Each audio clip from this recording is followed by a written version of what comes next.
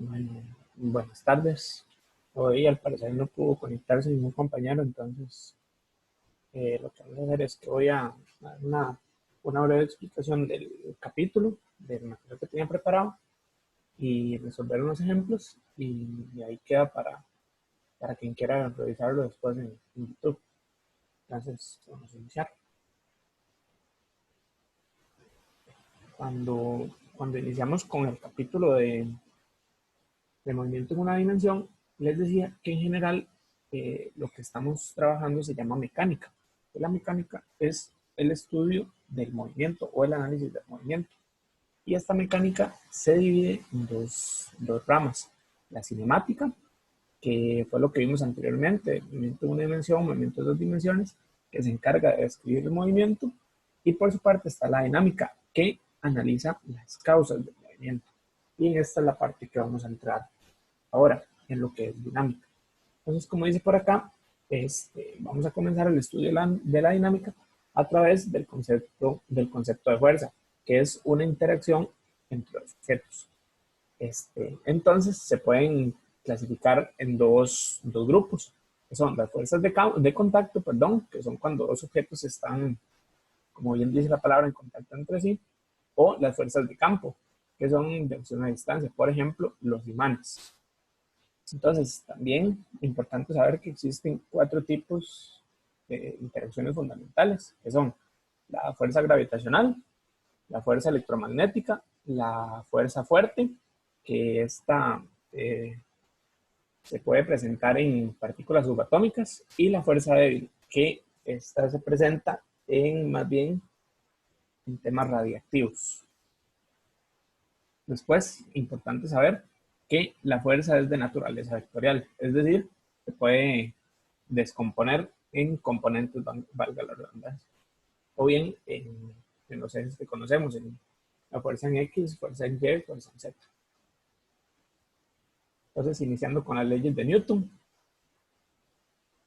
dice que la primera ley de Newton señala que cuando un objeto sobre el cual no actúa ninguna fuerza se observa desde un marco de referencia inercial, tal objeto se mueve con velocidad constante. ¿Y qué es un marco de referencia inercial? Un marco de referencia inercial es un marco de referencia donde no existe aceleración, o bien que no está acelerado. El libro nos da un ejemplo de un disco de hockey en una mesa de hockey aéreo. Si yo estoy observando esa mesa, estoy en un marco de referencia inercial.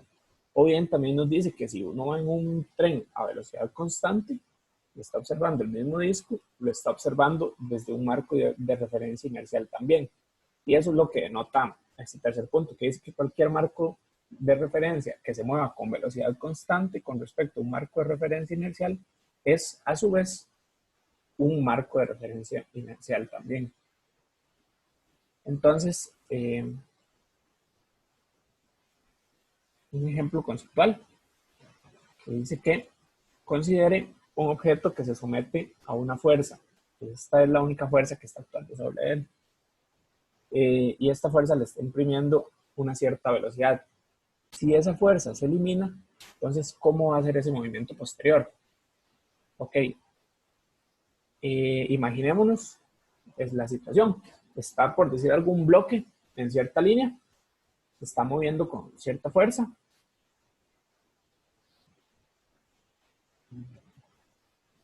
Este bloque se le está aplicando por acá una fuerza. Se está aplicando una fuerza para que se mueva en cierta línea. Va a seguir esta línea. Entonces, si yo elimino esta fuerza del todo, ¿qué va a suceder con el bloque?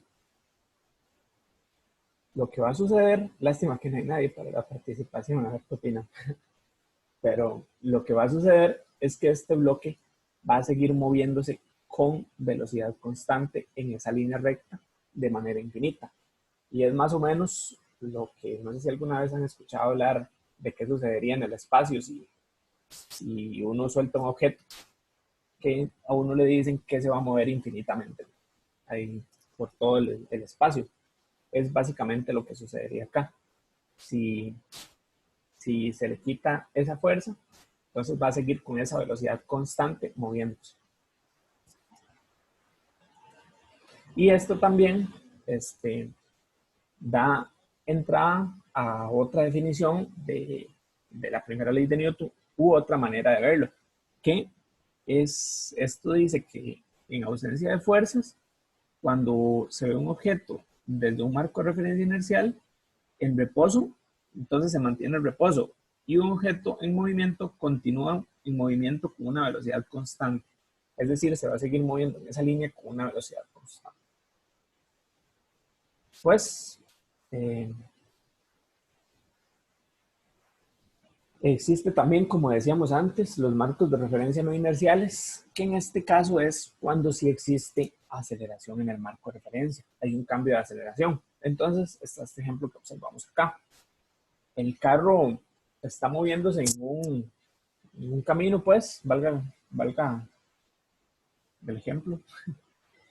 Y el momento de dar la curva, se va a observar como que, como se ve acá, tanto el vaso como, supongamos que eso es un celular, no sé qué es lo que tiene el asiento, va a intentar salirse del carro o a mostrar el movimiento que se ve acá que denota la flecha, como hacia la derecha, el momento en que el carro da la curva hacia la izquierda. Ok, eso en realidad no está sucediendo. Y como vemos acá, lo que está ocurriendo es una fuerza centrípeta que a su vez da el efecto de algo que tal vez hayamos escuchado que se llama fuerza centrífuga, que es como la fuerza que tiende a sacar los objetos del punto central, por así decirlo, en una trayectoria circular. Y esta fuerza centrífuga en realidad no existe, es una fuerza ficticia y eso lo vamos a ver más adelante en el curso. Entonces, ¿qué es lo que está sucediendo en realidad? Vean el último dibujo. Como les mencionaba antes, un objeto va a tender a seguir una línea recta de su trayectoria. Entonces, ¿qué es lo que pasa? Que cuando se produce el giro, el carro y la persona van a seguir esa trayectoria de giro, mientras que los demás objetos van a intentar seguir su trayectoria en línea recta como venían. Y por eso es que se produce este efecto de que uno observa que están intentando salir del carro, por así decirlo. Entonces, eso es un ejemplo de lo que es un marco de referencia no inercial. Es decir, donde se aplica una aceleración, que es lo que está causando, lo que se está causando el momento de dar curva.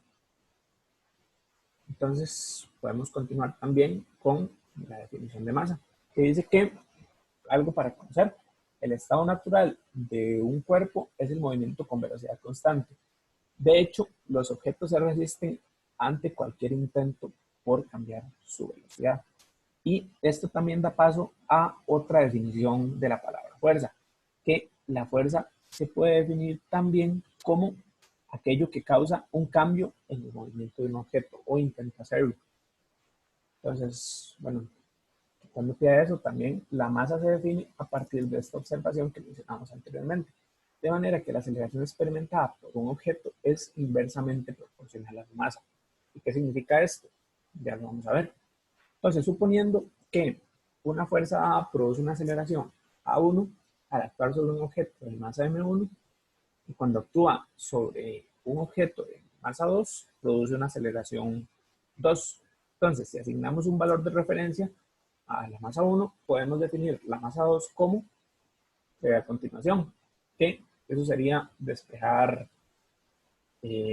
la masa 2 entre masa 1 sería igual a la aceleración 1 entre la aceleración 2.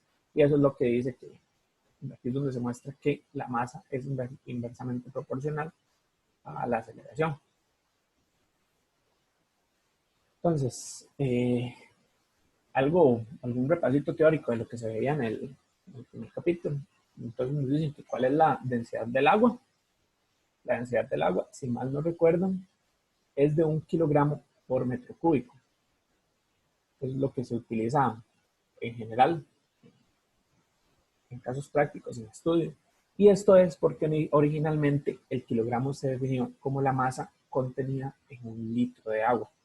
Por eso, este acercamiento a lo que es la densidad del agua. Y por acá dice también que actualmente se define como la masa de un cilindro de platino iridio específico que se conserva en la Oficina Internacional de Pesos y Medidas en Sèvres, Francia. Esto en realidad está puesto así como actualmente porque el libro lo denota así, pero no es cierto. No sé si saben que a partir de 2019, bueno, este es el cilindro que menciona acá, esta definición. No sé si saben que a partir de 2019 ya este era la única medida del sistema internacional que aún se definía mediante un patrón físico, por así decirlo. Entonces, desde el año pasado se encontró una nueva definición que es válida, que es un poco complejo de explicar, pero si mal no recuerdo, tiene que ver con la constante de Planck y con la energía existente en un fotón. Creo que se toma la energía del fotón y mediante la constante de Planck que calcula la masa, no recuerdo, pero es algo así importante saber, nada más detallito, conocimiento general. Entonces, continuando, se define la segunda ley de Newton. Dice por acá que se sigue observaciones experimentales que la aceleración es proporcional a la fuerza neta que actúa sobre el objeto. De manera que la aceleración se define como K por la sumatoria de fuerzas entre la masa, donde K es una constante de proporcionalidad. Entonces, para la definición de la segunda ley de Newton se toma este K como valor 1 y se dice que la fuerza es igual a la masa por la aceleración.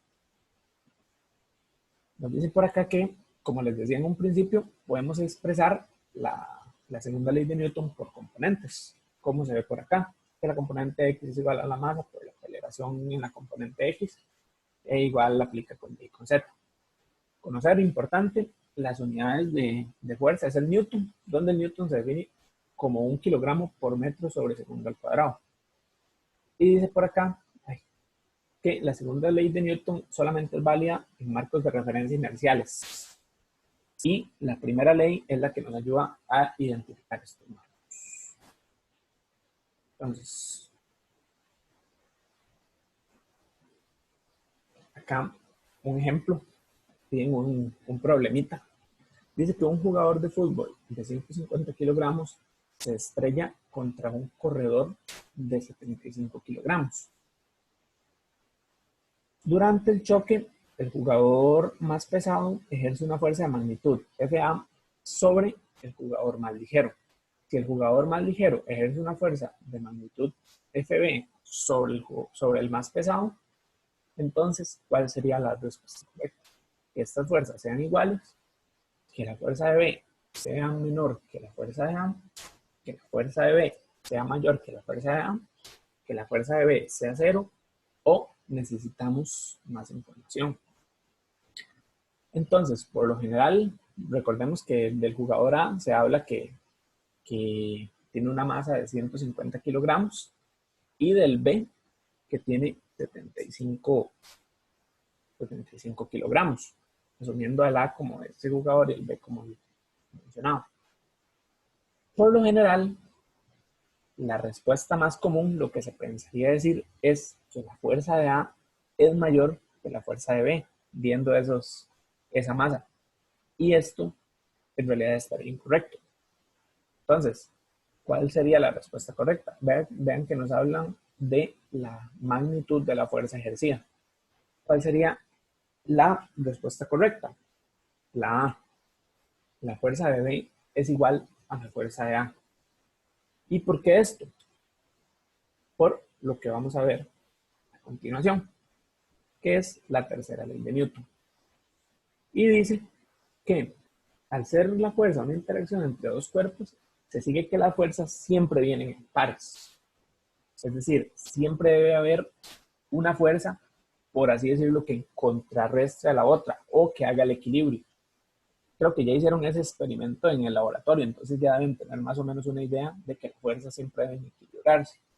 Entonces dije por acá que la tercera ley de Newton señala que la fuerza que el cuerpo 1 ejerce sobre el 2, o bien fuerza 1 a 2, se relaciona con la fuerza 2 que ejerce sobre el 1 mediante, como vemos acá, que la fuerza 1,2 es igual al negativo de la fuerza 2,1. ¿Y por qué este negativo?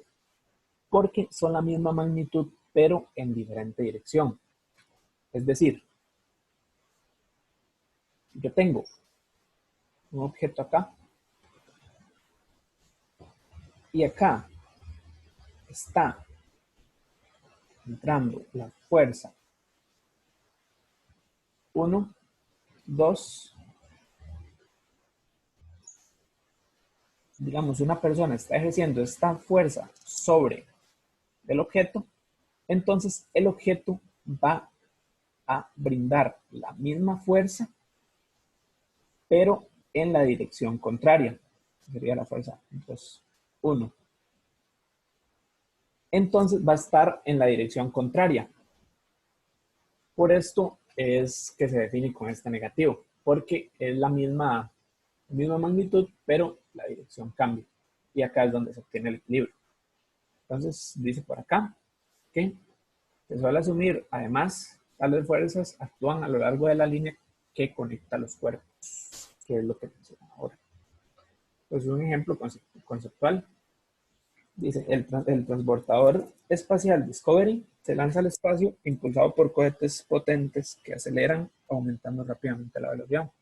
Para hacerlo, se debe ejercer una fuerza sobre ellos, de acuerdo con la segunda ley de Newton. Entonces, ¿qué es lo que ejerce esta fuerza sobre los cohetes? O bien, ¿qué es lo que hace que el cohete pueda despegar? Viendo esta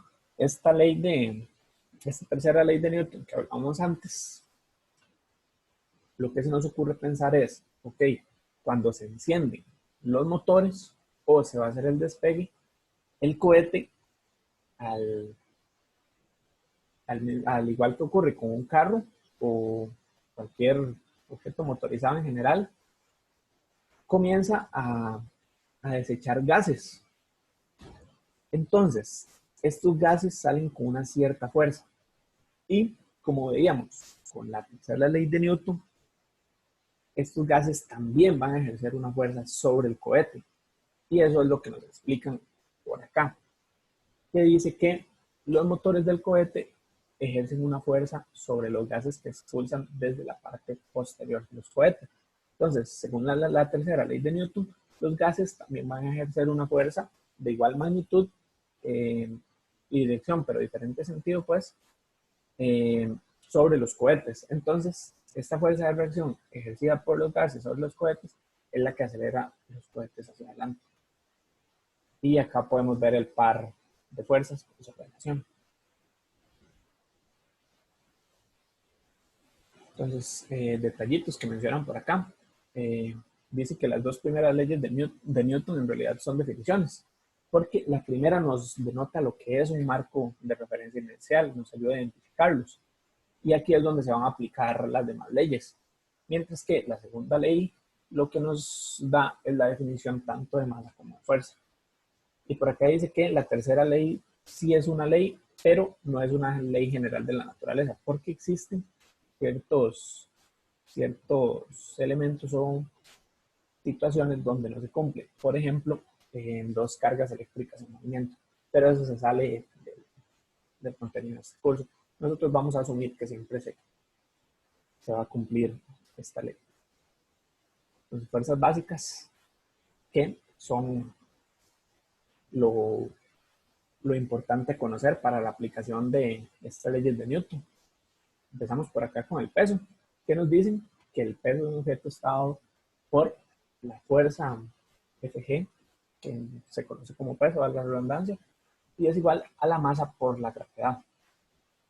Pues dice por acá que cuando dos objetos están en contacto, existe una fuerza de interacción entre ellos y se le llama fuerza normal, cuya magnitud se denota n, a la componente de dicha fuerza que es perpendicular a la superficie de contacto. Entonces, esta fuerza es la que evita que un objeto atraviese al otro. Como mencionaba ahora en la tercera ley de Newton, es necesario que haya un par de fuerzas. Entonces, siempre debe existir ese equilibrio. Como la fuerza que está actuando acá, hacia abajo, es el peso, debe existir algo que lo equilibre, para que no suceda, como dice acá, que un objeto atraviesa el otro. Y acá es donde se define la fuerza normal. Es importante recalcar que para que exista fuerza normal, el objeto debe estar en contacto con otro objeto o con una superficie. Bueno, se puede decir con una superficie. Y siempre va a ser perpendicular a la superficie. Después está la tensión, que la tensión es la magnitud de la fuerza aplicada por una cuerda sobre un objeto atado a ella. Tal fuerza se aleja del objeto en la dirección de la cuerda.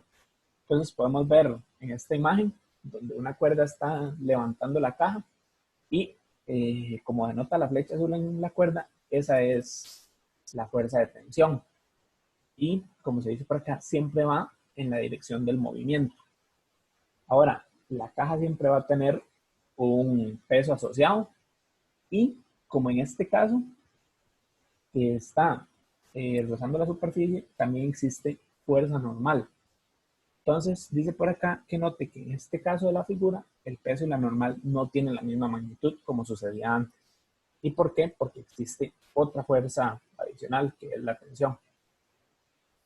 Por otro lado, si la caja que vemos acá no estuviera tocando esa superficie, la fuerza normal no existiría.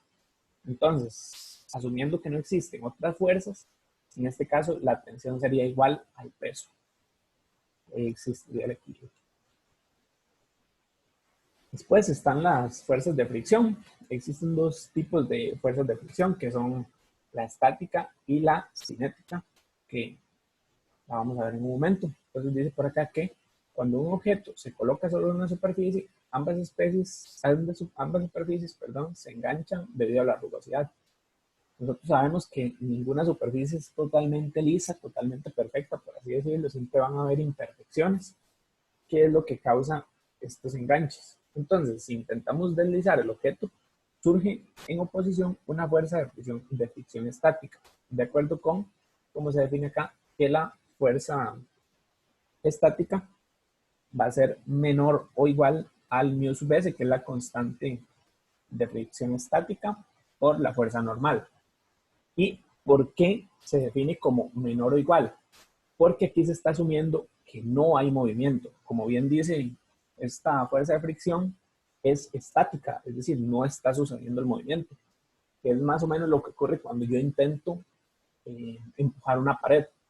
No va a suceder el movimiento. Entonces la fuerza va a ser menor, la fuerza que yo aplique va a ser menor a esta fuerza de fricción estática.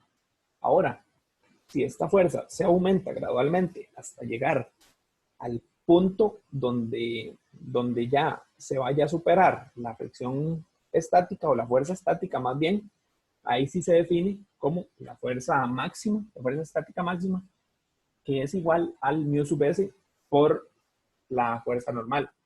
Y este es el punto donde ya el objeto está a punto de moverse. No se ha movido, pero está a punto de hacerlo.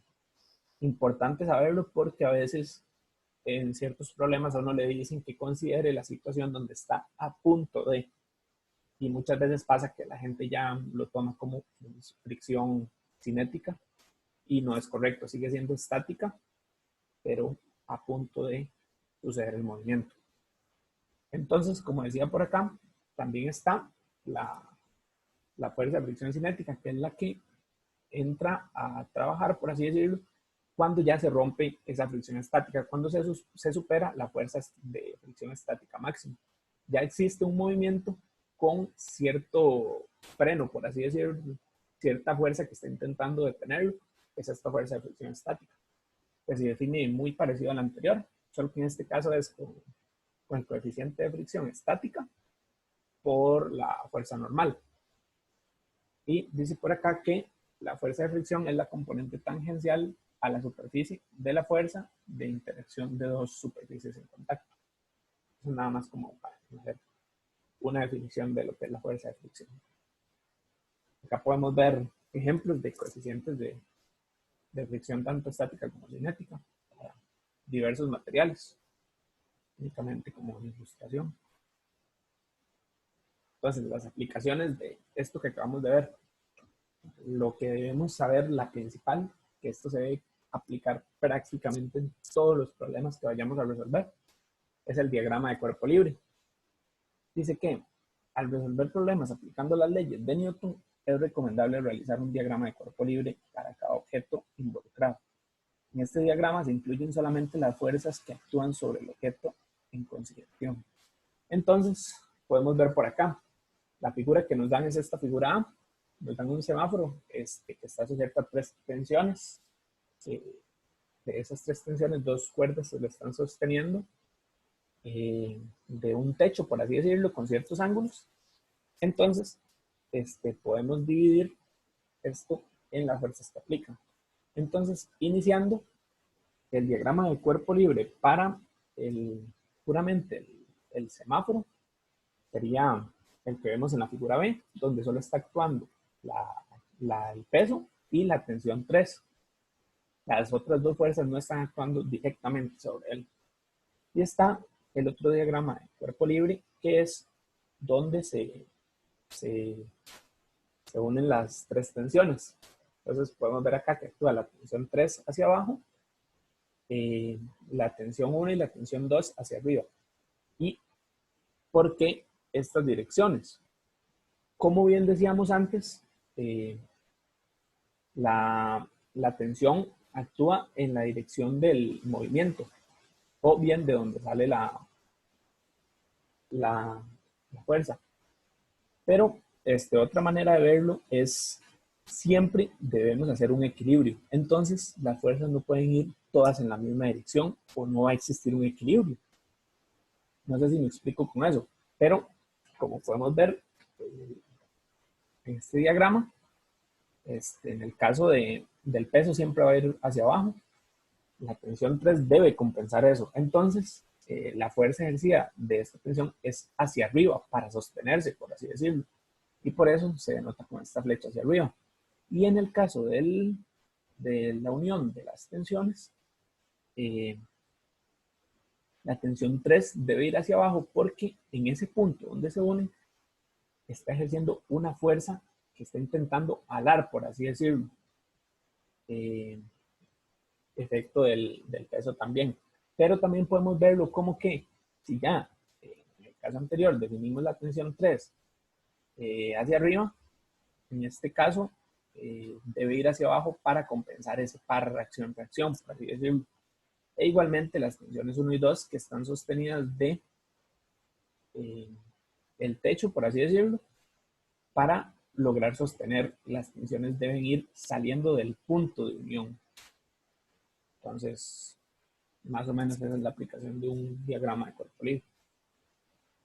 Entonces, iniciemos con los ejemplos. Ejemplo 1 dice, en la Antártida, 2 tractores de nieve remolcan una casa móvil a una nueva ubicación. ¿Cómo se muestra en la figura? Pues acá. La suma de las fuerzas,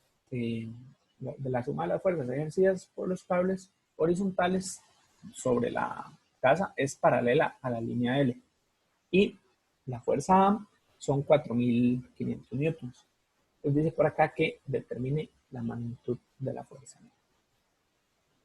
Ya nos están diciendo que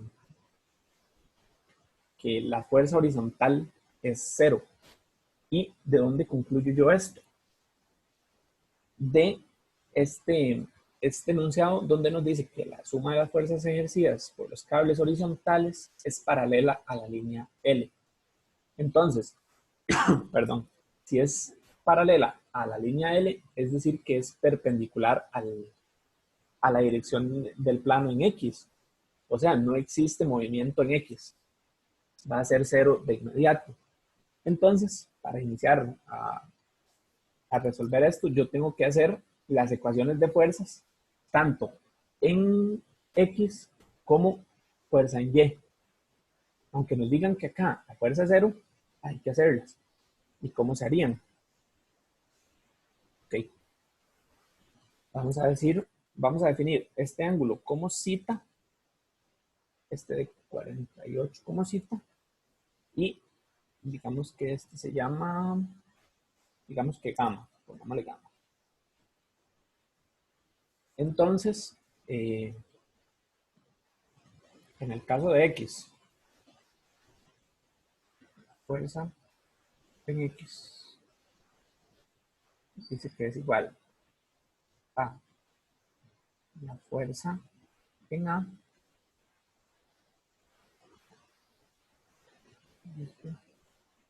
seno de zeta, bueno, se entiende por lo menos, más la fuerza en B seno de gamma. Y esto es igual a cero por lo que nos mencionaban aquí anteriormente, de que las fuerzas horizontales van a ser paralelas a la línea L. Después podemos definir las fuerzas en Y.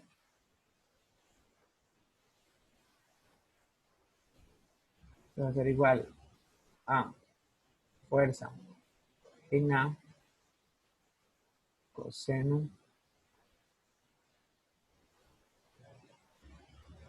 de zeta más la fuerza en B coseno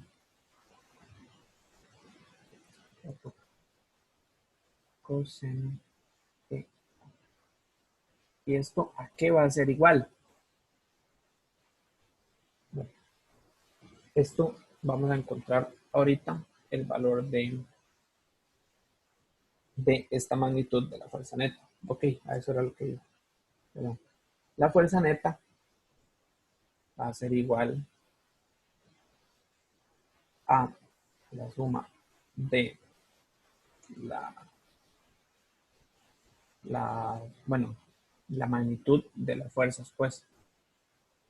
La fuerza en X a la 2 más la fuerza en Y a la 2, como cualquier otra magnitud que hayamos sacado. Nada más recordar que este valor va a ser 0. Entonces, en este caso, la fuerza sería únicamente fuerza en Y. Ok, conociendo estas ecuaciones, ¿qué podemos hacer acá? El diagrama de cuerpo libre, nada más cabe destacar ahí que no lo dibujé porque en esta imagen prácticamente nos lo están dando. Nos están dando los ejes acá.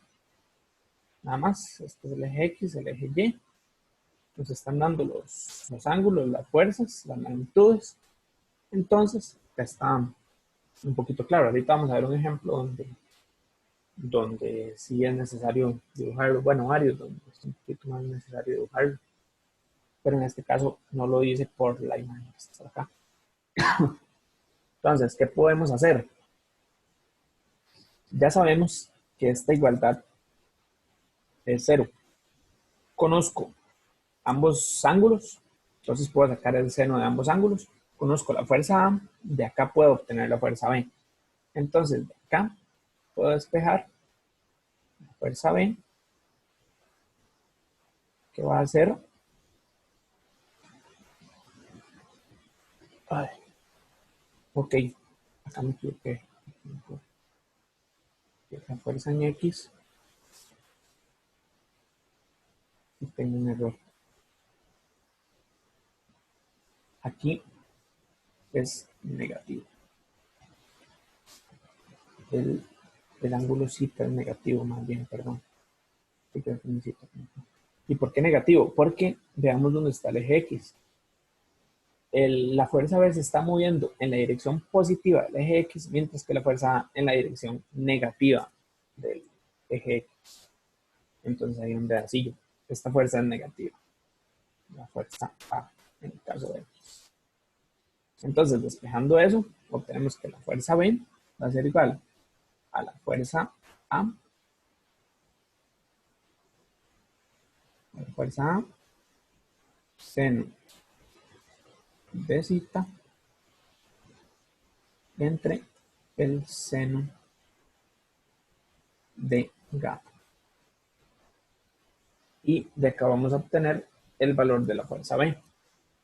Y obteniendo ese valor de fuerza B, ya voy a conocer la fuerza A, conozco los ángulos, puedo sacar los cosenos y ya voy a conocer la fuerza B. Entonces puedo sacar este valor de la fuerza Y.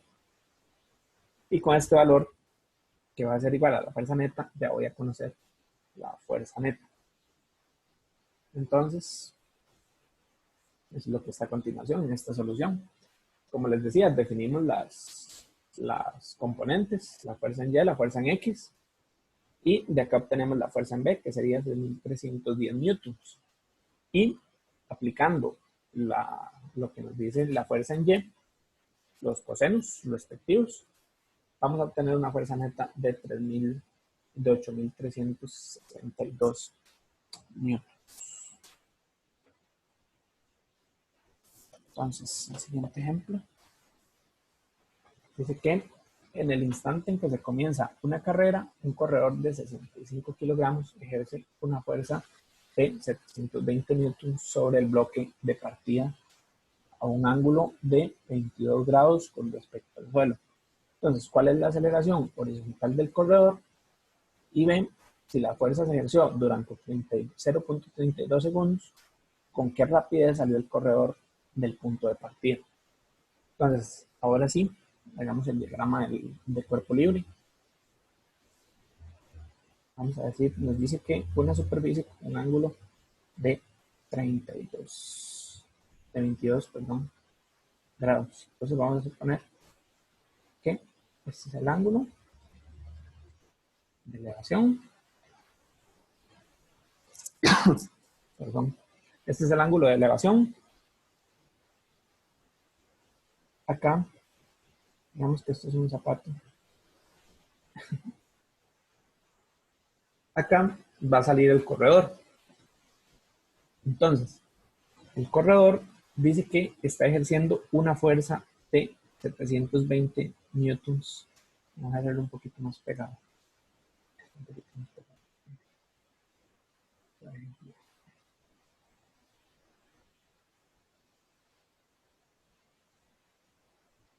Suponiendo que este es el zapato. ¿Qué zapato? Entonces, dice que está aplicándose una fuerza de 720 newtons sobre el bloque. Entonces, esta fuerza va a ser perpendicular a la superficie. Por decir algo.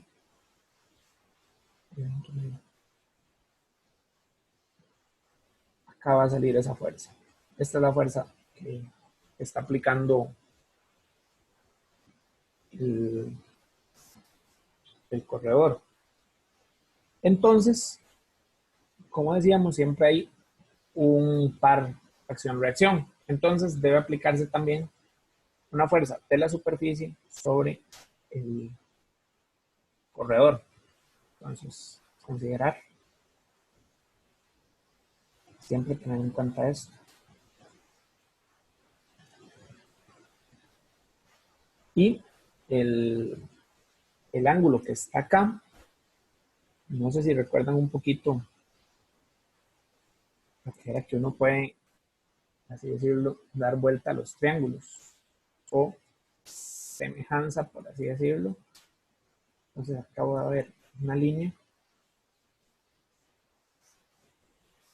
y este ángulo que vemos acá es equivalente a esto que está acá. Entonces podemos decir que es este ángulo de 22, la fuerza con la que se ejerce. O bien, que sería un poquito más fácil olvidarnos de este ángulo que les mencionaba al principio y aplicarlo únicamente acá en esta línea de... Sí, es más como, más bien, como nos dice acá, que sale con un ángulo de 22 respecto al suelo, es más como aplicarlo acá de una vez a la fuerza. ¿Por qué? Porque él está ejerciendo la fuerza sobre la superficie y esta superficie va a estar a 22 grados de inclinación respecto al suelo. No sé si me explico con eso. Espero que sí se explique.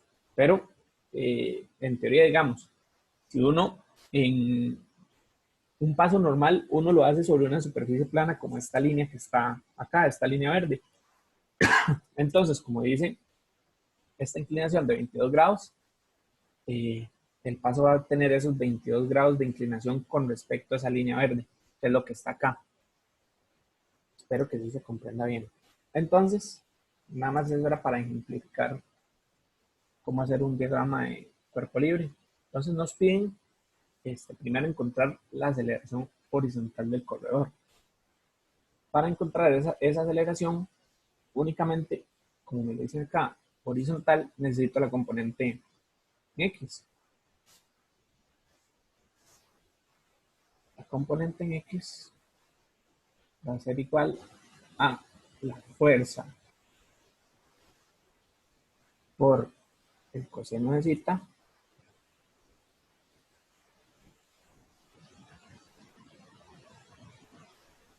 y lo podemos ver acá, como el ángulo está formado de esta manera, el coseno va a ser la línea punteada verde, que es el adyacente y lo equivalente a la X. O bien podríamos verlo también como si fuera este, porque estos son nuevamente triángulos, están en el mismo ángulo. Entonces sería esta línea punteada. Entonces se podría ver la componente X como F coseno de zeta, y esto que va a ser igual a MA, la masa por la aceleración en X, que esto parte de la definición de la segunda ley de Newton, donde dice que la fuerza es igual a masa por aceleración. Entonces, teniendo esto, puedo despejar la aceleración. La aceleración que va a ser la fuerza por coseno de X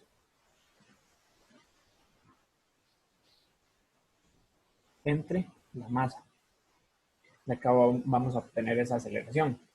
Y para la segunda pregunta, nos dicen que con ese tiempo, ¿cuál es la rapidez con que el corredor salió del punto de partida?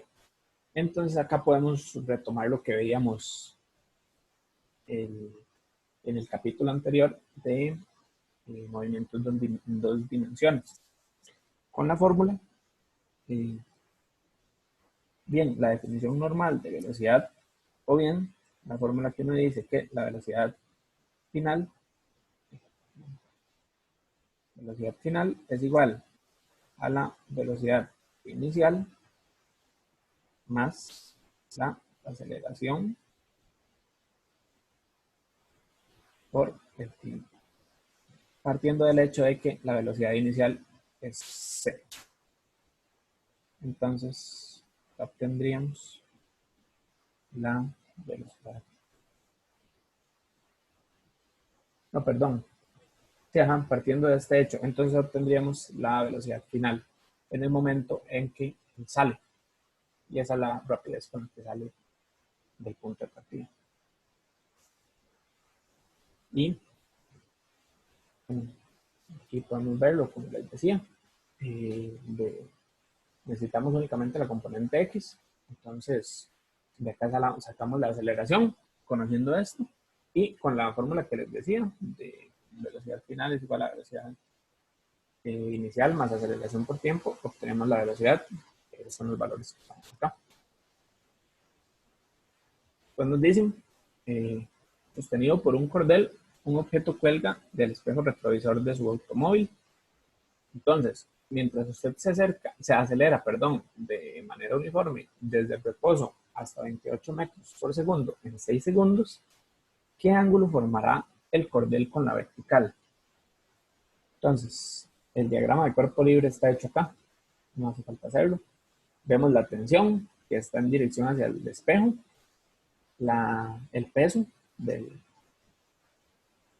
objeto móvil, y la aceleración nos da la dirección en que está sucediendo.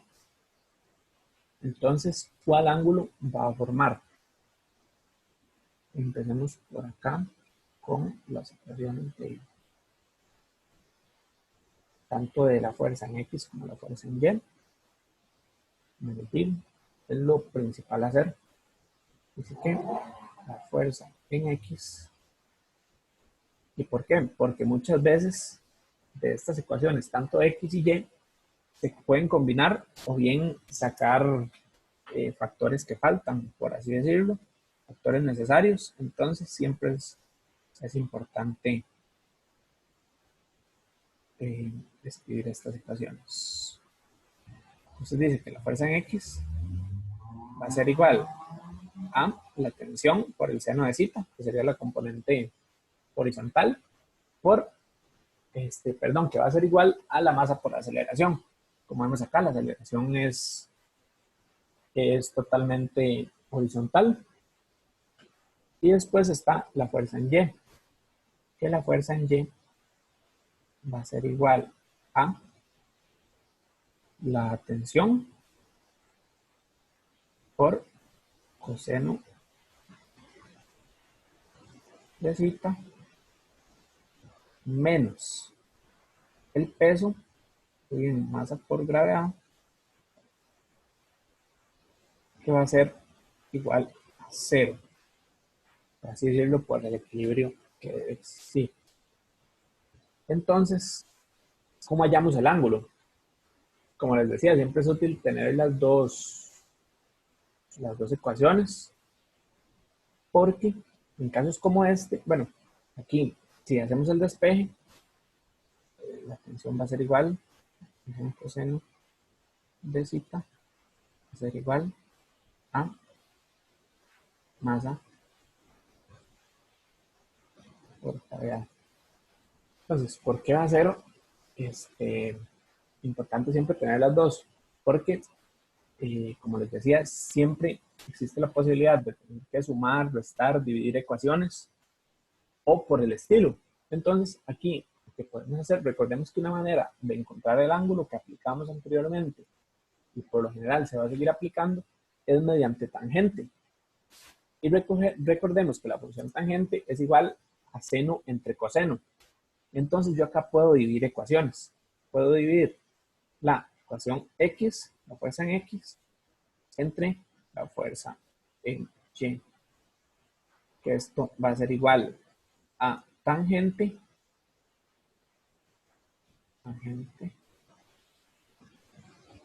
de zeta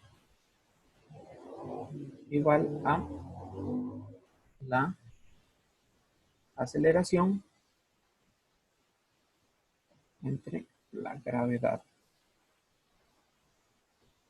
Como podemos ver, hay términos semejantes, la tensión se cancela y la masa también se cancela. Son términos semejantes que están en ambos lados. Entonces, al dividir, se van a cancelar ambos términos. Va a quedar únicamente que el tangente de zeta es igual a la aceleración, a la gravedad. Y aquí ya aplicamos arco tangente y vamos a encontrar el ángulo que se forma. Entonces, vamos a la solución, como les decía. La aceleración la podemos encontrar, perdón, se nos fue ese detalle. La aceleración la podemos encontrar como vemos acá, nos dan la velocidad y nos dan el tiempo. Recordemos la definición de aceleración, velocidad entre tiempo. Entonces ahí ya vamos a obtener el valor de la aceleración. Hacemos las componentes, como les decía, dividimos las ecuaciones para encontrar el tangente y con eso encontramos el ángulo. Otra manera en que podríamos verlo, si resulta más cómodo, sería, por decir algo, despejar la masa de ambas ecuaciones. En el caso de la fuerza en Y sería T por coseno entre la gravedad, y en el caso de X, T por seno entre la aceleración, y hacer la igualdad de las masas. Entonces ahí llegaríamos finalmente a la misma conclusión. Se cancelarían las T y quedaríamos tangente de zeta es igual a la aceleración entre la gravedad. Por si les resulta más complicado eso de ver de dividir ecuaciones o multiplicar ecuaciones por el estilo, entonces se puede hacer también esa igualdad. Otro ejemplo, dice por acá que Las dos masas que se muestran en la figura están cada una inicialmente a 1.8 metros sobre el suelo. Y la polea ligera y bien engrasada está fija a 4.8 metros sobre el suelo. Entonces, ¿qué altura máxima alcanzará el objeto más ligero después de soltar el sistema? Entonces, aquí lo que va a suceder, como bien nos dice, es que esta masa va a ser así, hacia arriba, y esta masa hacia abajo. Entonces, podríamos hacer un diagrama de cuerpo libre para ambas. ¿Qué va a suceder? En este caso, este bloque tiene peso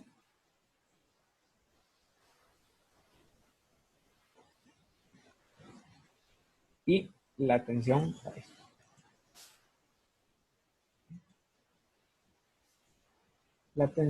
de la cuerda. En el caso de poleas, algo muy importante a conocer. Las tensiones van a ser las mismas en ambos lados si se trata de una misma cuerda. Entonces, algo a tener en cuenta. Y en este caso, de igual manera, va a ser,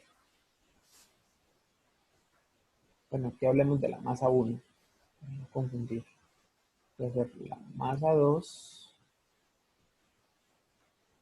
pues, bueno, aquí la tensión,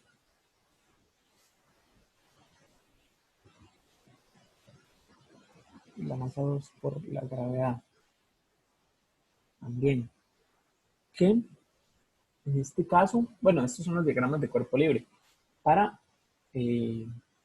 efectos del estudio que vamos a hacer, podemos considerar, en el caso de este primer bloque, los ejes de esta manera, es decir, con el eje Y positivo hacia arriba, y en el segundo bloque, al revés, con el eje Y positivo hacia abajo. ¿Y por qué? Porque, como les decía, este bloque va a desplazarse hacia arriba y este bloque va a desplazarse hacia abajo. Entonces, siguiendo el movimiento, es lo más conveniente verlo de esa manera. Entonces, no hay que encontrar la componente X de la fuerza porque, como podemos ver, no existe movimiento en X. La única aceleración que está actuando es la gravedad. Entonces es únicamente en Y que se van a evaluar las fuerzas. Solo existen fuerzas en Y. Entonces vamos a encontrar la fuerza para la masa 1, la fuerza en Y para la masa 1,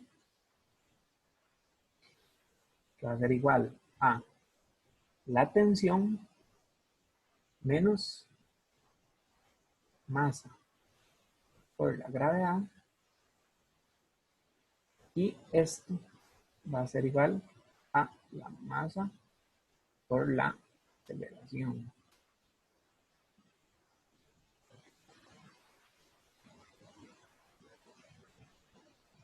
Y después la fuerza en Y para la masa 2 va a ser igual. Recordemos que invertimos los ejes para conveniencia del estudio.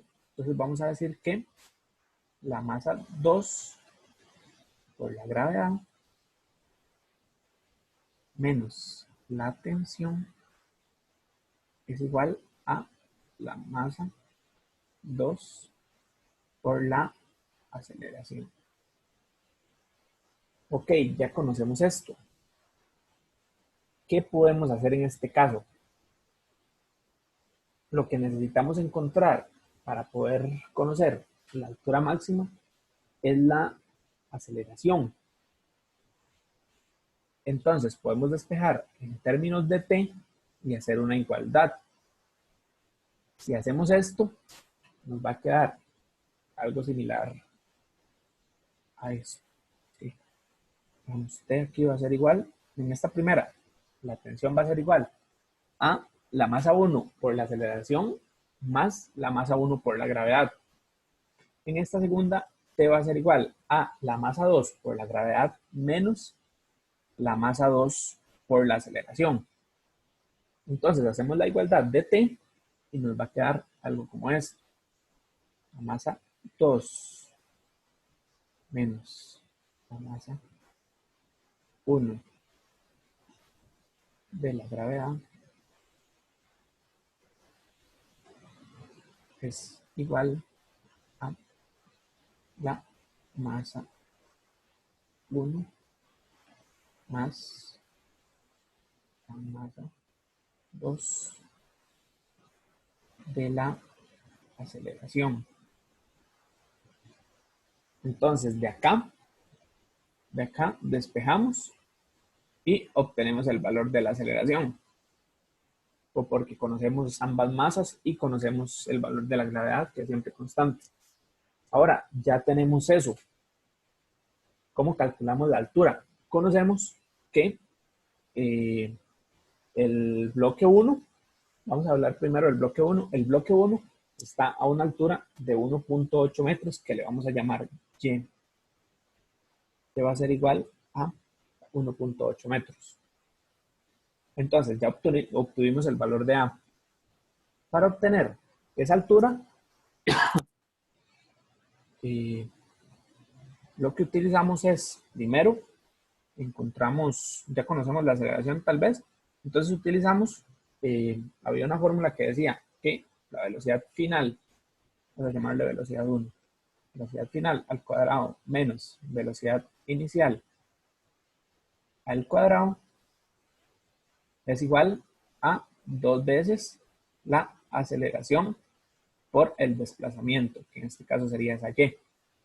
Entonces, conociendo que la velocidad inicial es 0, porque están partiendo de reposo, como dice acá, se está soltando el sistema, perdón, como dice acá, se está soltando el sistema, entonces está partiendo de reposo, podemos encontrar esta velocidad 1. La velocidad 1. Entonces, después de esto, estamos únicamente tomando en cuenta el momento donde el bloque va hacia arriba. Se va a desplazar con esta velocidad. Ahora, ya teniendo esta velocidad, bueno, observemos acá que, imaginando la situación real, si este bloque, el bloque de 3,6 cae, va a existir un efecto rebote, por así decirlo, en el bloque más pequeño, en el de 2.2, cuando el bloque más grande se detenga. Cuando llegue al suelo, él se va a detener y va a existir como un cierto rebote de este bloque, como intentando ir hacia arriba, y después se va a detener. Entonces hay que calcular ese pedacito del rebote, por así decirlo, que va a suceder. Entonces volvemos a aplicar esta fórmula que veíamos acá. Pero ahora vamos a decir que la velocidad 2 cuadrado, esta velocidad 2, bueno, ya casi les digo, menos la velocidad 1, que ya lo calculamos, va a ser igual a 2 veces la aceleración por la altura, que en este momento le vamos a llamar h a ese pedacito que se va a elevar extra. Entonces, la velocidad 1 la obtuvimos antes, la obtuvimos en esta ecuación pasada, y en este caso la velocidad 2 va a ser 0. ¿Por qué? Porque, como les decía, en el momento en que el bloque de 3,6 kilogramos baja, entonces ese de 2.2 va a llegar con esa velocidad inicial, por así decirlo, con la que estaban anteriormente, y finalmente se va a detener. Como el bloque 3.6 se detuvo, también el bloque 2.2 se va a detener. Por eso la velocidad final es de 0. Entonces, de acá despejamos y obtenemos este valor h. Y ya me quedé sin espacio. Entonces, bueno, obtenemos este valor h, que es ese poquito. Y la altura máxima total es todo lo que recorrió el bloque. Entonces el bloque, recordando que inicialmente está a una altura de 1.8, el bloque más pequeño está a una, bueno, ambos están a una altura de 1.8. Entonces ya recorrió ese 1.8. Cuando caiga el segundo bloque, va a caer esa altura de 1.8. Entonces, de nuevo, el de 2.2 va a recorrer otros 1.8 metros. Y por último, ese pedacito que les mencionaba como ese efecto rebote, que sería este H. Entonces, la altura total que va a recorrer, llamémosle D, va a ser igual a 2 veces Y, que es 2 veces ese punto 8, como les decía. Lo que se eleva en un principio, más lo que se eleva mientras el otro cae, más ese H que obtuvimos. Y esta sería nuestra respuesta final de la altura máxima que va a alcanzar. Entonces vamos ya a la resolución. Como les decía, como definíamos los ejes, definimos acá las funciones para ambos bloques en Y, en la fuerza Y. Despejamos de la ecuación que les dije que obteníamos y obtenemos el valor de la aceleración. Y utilizamos las fórmulas de velocidad final menos velocidad inicial al cuadrado igual a 2 veces la aceleración por el cambio de desplazamiento para obtener este pedacito de altura extra que se eleva. Y por último, calculamos toda la distancia que recorre con ese doble recorrido del 1.8 metros más ese poquito que se eleva. Entonces así obtendríamos la altura máxima. Bueno, aquí estaba el diagrama igual para observarlo un poquito más. Y un último ejemplo, nos dice por acá que la caja que se muestra en la figura sobre un plano inclinado con ángulo, bueno, la caja que se muestra en la figura se encuentra sobre un plano inclinado con un ángulo de 25 grados con respecto a la horizontal y un mu sub k de 0,19.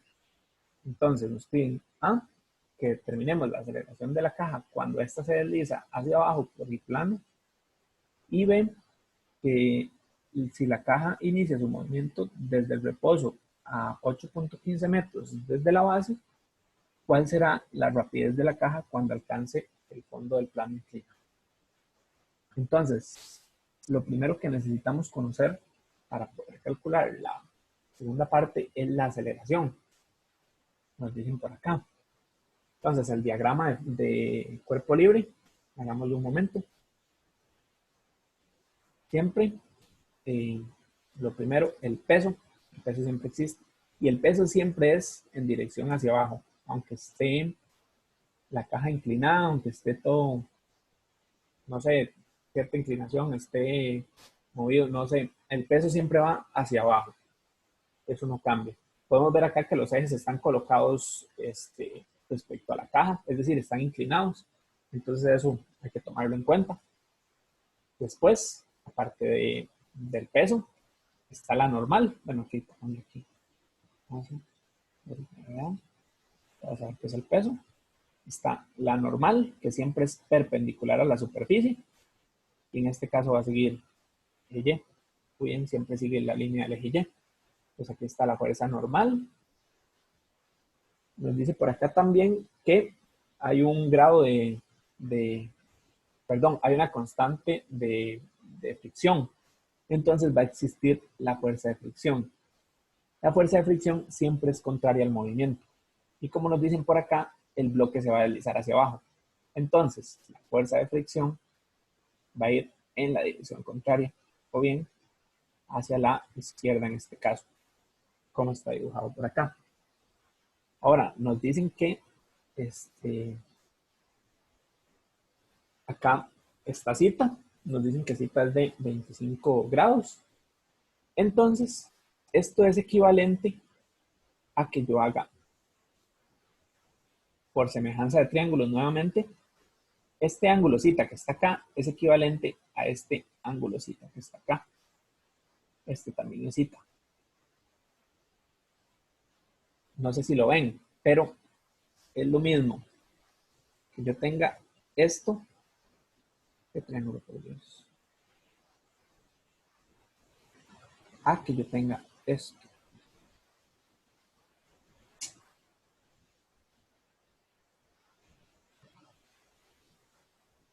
Es exactamente el mismo triángulo. Lo único que estoy haciendo es darle vuelta al triángulo. No sé si se observa, pero eso es lo que está sucediendo acá. Le di vuelta al triángulo y pasé el ángulo para acá, que es donde lo necesito para poder hacer los cálculos. Entonces, perdón, podemos iniciar con, hacer las ecuaciones. Voy a borrar estos.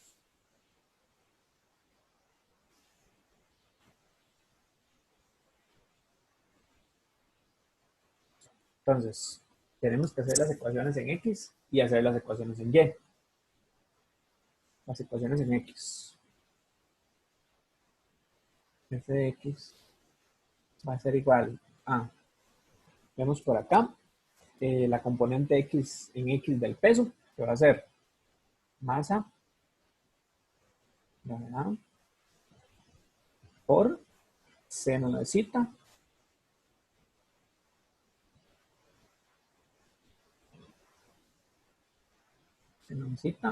menos la fuerza de fricción estática, perdón, cinética. Y esto va a ser igual a masa por aceleración, que es la aceleración que yo voy a encontrar. Mientras que la fuerza en Y va a ser igual a la masa por la gravedad por coseno de zeta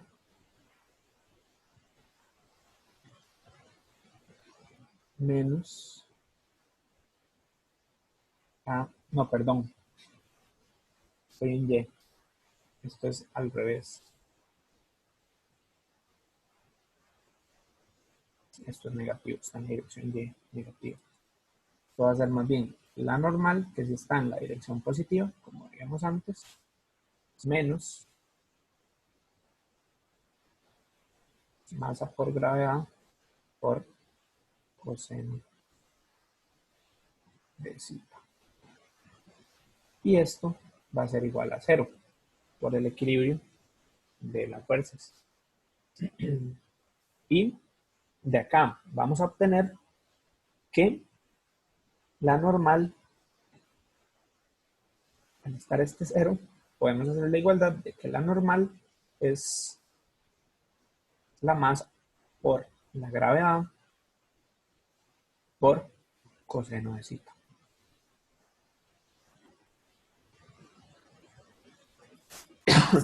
Y también importante recordar que la fuerza de fricción se define como, bueno, en este caso la cinética, como la normal por la constante, el coeficiente de fricción, perdón, coeficiente de fricción cinética. Entonces, ya conocemos la masa, conocemos la gravedad, el ángulo lo conocemos, ya conocemos la normal, que la despejamos de acá, de la componente Y, y conocemos el coeficiente de fricción, que lo están dando acá. Entonces puedo sacar la aceleración, despejándola de esta forma. ¿Cómo sería entonces? Es que la aceleración la voy a obtener de, no, aquí se va la masa, entonces voy a poner la fracción para no despejar eso. Todos tienen masa, entonces, bueno, como decía acá, la normal es mg coseno de zeta, entonces, esta masa y esta masa se van a cancelar. Entonces lo que me va a quedar por acá es la gravedad, que es el término en común, por seno de zeta menos el coeficiente de fricción por coseno de zeta.